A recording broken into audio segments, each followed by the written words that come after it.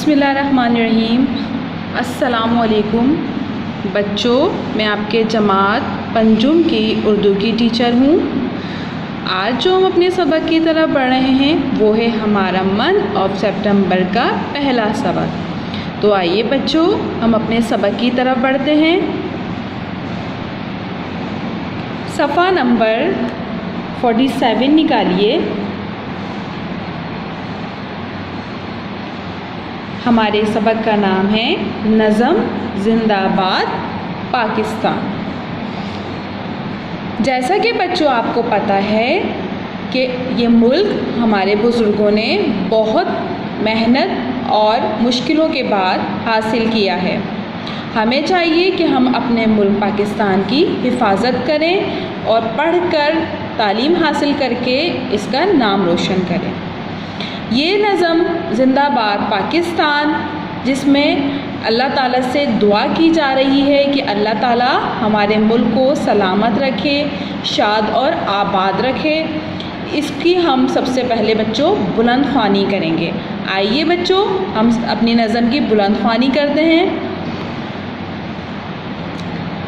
ये वतन या इलाही सलामत रहे, सलामत रहे ता क़यामत रहे।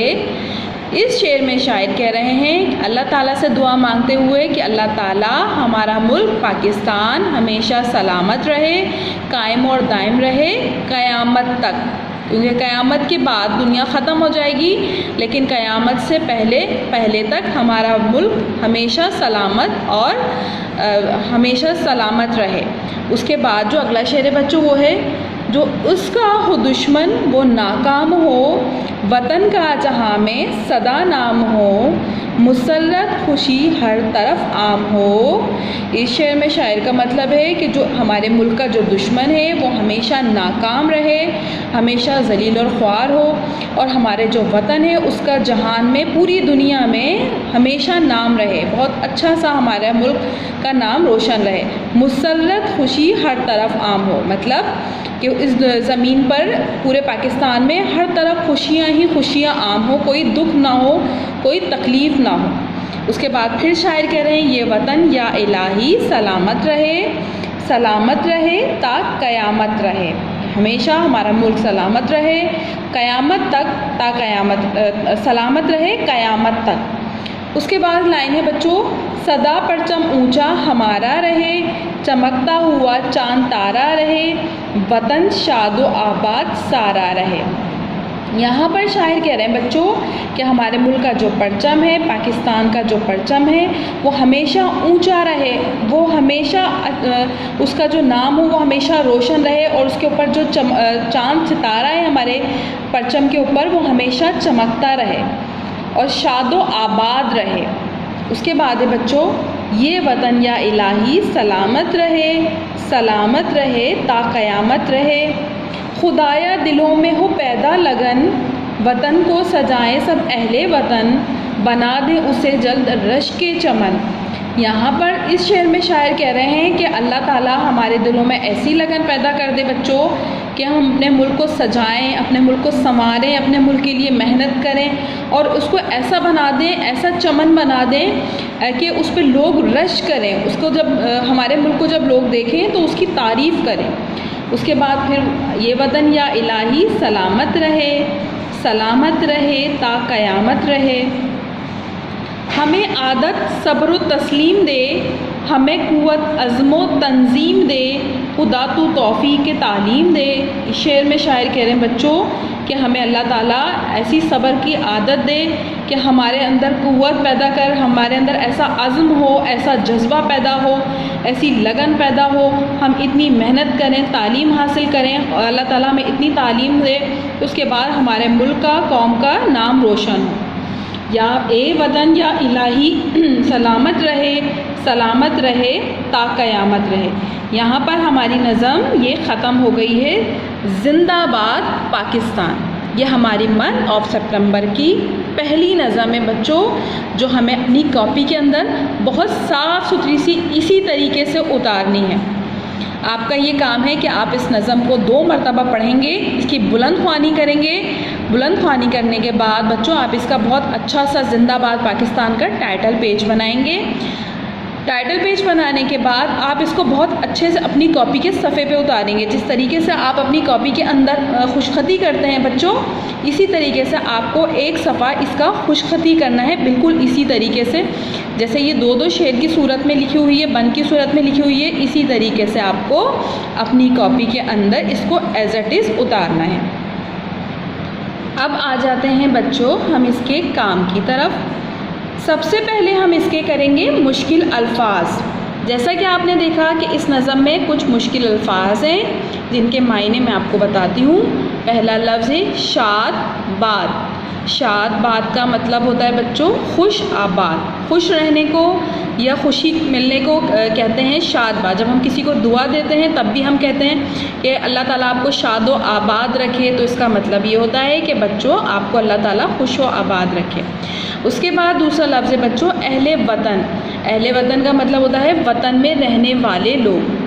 जैसे कि आपने देखा है कि अहलो अयाल होता है, जब हमारे घर कोई शादी का कार्ड आता है तो उस पर लिखा होता है अहलो अयाल, उसका मतलब होता है सब घर वाले साथ। तो इस अहले वतन का मतलब है वतन में रहने वाले, ठीक है। उसके बाद है रश के चमन। रश का मतलब होता है किसी को अच्छी नज़र से देखना, किसी को तारीफ़ी नज़रों से देखना, उसे कहते हैं रश्क। तो यहाँ पर इसका मतलब हम लिखेंगे चमन पर फ़ख्र करना। उसके बाद है बच्चों अज़म। अज़म का मतलब होता है इरादा। किसी का हम कहते हैं ना कि बस एक बार आप ये अज़्म कर लें तो आप इंशाल्लाह कामयाब हो जाएंगे, तो इसका मतलब होता है बच्चों इरादा कर लें। उसके बाद है तौफ़ीक। तौफ़ीक का मतलब होता है हिदायत। हम कहते हैं किसी को अल्लाह ताला तौफ़ीक दे, तो इसका ये मतलब होता है कि अल्लाह ताला हिदायत दे। ये नज़म शाद बाद के मुश्किल अल्फाज हैं जिन्हें आपको उन्वानी सफ़ा बनाने के बाद एक सफ़ा नज़म की खुशखती करने के बाद अपनी कॉपी के अंदर उतारना है, ठीक है बच्चों। आपको मैंने बताया है कि मुझसे मोहब्बत का इजहार कर रहे हैं इसके अंदर शायर। जिंदाबाद पाकिस्तान में अपने मुल्क के लिए दुआ की जा रही है। ये आपको अपनी कॉपी के अंदर बहुत अच्छा सा साफ़ सुथरा सा उतारना है। उसके बाद हम आ जाते हैं बच्चों इसके सवाल जवाब की तरफ। सवाल जवाब में देखिए, पहला सवाल है वतन की चमक किसकी मानिंद है। यहाँ पर हम इसका जवाब लिखेंगे वतन की चमक चाँद की मानिंद है जो ऊंचाई पर होता है और चमकता रहता है, ठीक है बच्चों। हम इसका सवाल का जवाब लिखेंगे। दूसरा सवाल है हम अपने वतन को क्या बना सकते हैं। इसका जवाब हम लिखेंगे हम अपनी मेहनत और सच्ची लगन से अपने वतन को इतनी बुलंदी पर ले जा सकते हैं कि दुनिया हम पर रश करे। रश का मतलब मैंने आपको बताया अभी, एक तारीफ़ की नज़र होती है उसको देखते हैं लोग, रश उसे कहते हैं। उस पर फ़ख्र की नज़र से देखते हैं उसको कहते हैं रश। उसके बाद तीसरा सवाल है बच्चों इल्म के हुसूल के लिए शायर ने क्या दुआ मांगी है। अब इसका जवाब हम लिखेंगे इल्म के हुसूल के लिए शायर ने दुआ मांगी है कि ए खुदा हमें तालीम हासिल करने की तौफीक दे, ठीक है बच्चों। ये आपको इसके 3 सवाल जवाब दिए गए हैं। यहाँ आपको इन तीनों सवाल जवाब को अपनी कॉपी के अंदर बहुत अच्छा सा साफ़ सुथरा सा करना है। सवाल जवाब करने के बाद हम आ जाते हैं अब इसके जुमलों की तरफ। पहला जुमला देखें क़यामत। आपको अपनी तरफ से भी जुमले बनाने की कोशिश करनी है बच्चों। जैसा कि आपको पता है कि आप जमात पंजुम में आ चुके हैं, तो अब आपको ख़ुद कोशिश करनी चाहिए कि आप जुमले बनाएं। यहाँ पर मैं आपको कुछ जुमले दिखा रही हूँ, लेकिन अगर आप अपने पास से जुमले बनाएंगे तो बहुत अच्छा लगेगा मुझे कि आप लोग कोशिश कर रहे हैं, क्योंकि क्लास 1-2 से आप ये जुमले बनाते हुए आ रहे हैं। जुमले आपको पता है कि जिसमें वो लफ्ज़ आ रहा होता है उसे हम जुमले कहते हैं। यहाँ पर पहला जुमला देखिए, ये क़यामत। क़यामत का जुमला बनाएंगे बच्चों हम, क़यामत का एक दिन मुकर्रर है।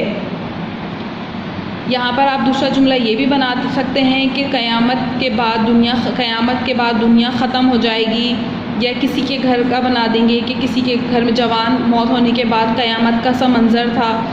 3-4 जुमले मैं आपको बता रही हूँ कि आप उनमें से कोई सा भी एक जुमला बना सकते हैं। ज़रूरी नहीं है कि आप यही जुमला बनाएं। आप कोशिश करिएगा, आप अच्छा सा जुमला बना सकते हैं बच्चों।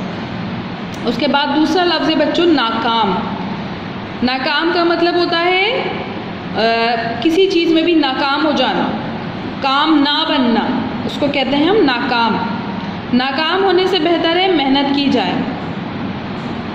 दूसरा जुमला बनाएंगे हम, अगर तुम मेहनत करोगे तो कभी नाकाम नहीं होगे। तीसरा जुमला देखिए, मैं आपको बता रही हूँ, आप कोई सा भी अपनी मर्ज़ी से अच्छा सा जुमला जो आपको अच्छा लगेगा वो आप बना दीजिएगा। तीसरा जुमला मैं आपको बताती हूँ नाकाम का, तुम्हें मेहनत करनी चाहिए ताकि तुम नाकाम ना हो। या इस तरह ये जुमला बनाएंगे, जो लोग मेहनत करते हैं वो कभी नाकाम नहीं होते। ठीक है बच्चों। उसके बाद तीसरा लफ्ज़ है परचम। हमारे परचम का रंग सफ़ेद और हरा है। यहाँ पर हम ये जुमला भी बना सकते हैं, हमें अपने परचम से बहुत मोहब्बत है, हमें अपने परचम की इज़्ज़त और तहरीम करनी चाहिए, हमारा परचम हमेशा बुलंद रहे। ये जुमला भी बना सकते हैं।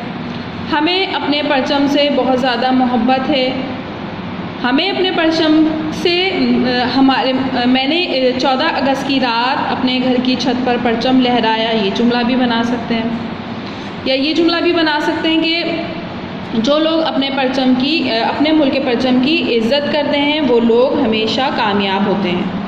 क्योंकि आपको पता है बच्चों, जिस तरीके से 14 अगस्त पे आपने देखा है जब परचम लहराने की तकरीब होती है, उस वक्त कैसे आपके रोंगटे खड़े हो जाते हैं। जब आपको अपने वतन से मोहब्बत होती है तो किस तरीके से आप अपने वतन के परचम को देख रहे होते हैं। उसके बाद है बच्चों लगन। लगन का मतलब होता है किसी चीज़ से अटैच होना, किसी चीज़ से आपको अटैच होना, उसको कहते हैं हम लगन। अब इसका जुमला देखिए, हमें हर काम लगन से करना चाहिए। अब आप इसका एक जुमला ये भी बना सकते हैं कि मैं बहुत मेहनत और लगन से अपने इम्तिहान की तैयारी कर रहा हूँ। या ये जुमला भी बना सकते हैं कि मेरी अम्मी बहुत लगन से खाना बनाती हैं, मतलब दिल लगाकर इसे कहते हैं हम लगन। या ये जुमला भी बना सकते हैं कि मेरा भाई मेरी बहन को सिलाई करने का बहुत शौक़ है और वो बहुत लगन से सिलाई करती हैं। इस तरह का जुमला भी बना सकते हैं। उसके बाद है बच्चों आदत। आदत कहते हैं किसी भी चीज़ को जो आपके अंदर होती है या किसी के अंदर कोई होती है, अच्छी भी आदत होती है, बुरी आदत भी होती है।